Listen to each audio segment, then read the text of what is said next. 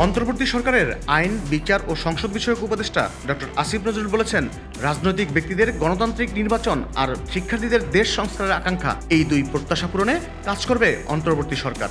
এতে যতদিন লাগবে ততদিনই থাকবে এই সরকার। শনিবার সচিবালয়ে সাংবাদিকদের প্রশ্নের জবাবে এসব কথা বলেন তিনি। এ সময় তিনি আরও বলেন, এই সরকারের মেয়াদ নিয়ে কোনো কথা হয়নি। রাজনৈতিক ব্যক্তিদের প্রত্যাশা থাকবে যত দ্রুত নির্বাচন দেয়া, আবার ছাত্র জনতার প্রত্যাশা থাকবে দেশ সংস্কার। আমি যত দ্রুত সম্ভব আমার বিশ্ববিদ্যালয়ের ক্লাসে ফিরতে চাই। ছাত্র জনতা দেশ পরিচালনার জন্য অপূর্ব সুযোগ তৈরি করে দিয়েছেন, সেটি যথাযথ পালন করেই বিশ্ববিদ্যালয়ের ক্লাসে ফিরব আশা করছি। প্রধান বিচারপতির পদত্যাগ প্রসঙ্গে আসিফ নজরুল বলেন, প্রধান বিচারপতি শ্রদ্ধেয় মানুষ। ছাত্র জনতার দাবির প্রেক্ষিতে তার কি করা উচিত সেটা ওনার বিবেচনার উপর ছেড়ে দিলাম। তিনি আরও বলেন, এখন নেতৃত্ব দিচ্ছেন, প্রতিনিধিত্ব করছেন সমন্বয়করা। এটি একটি বড় গণ আন্দোলন।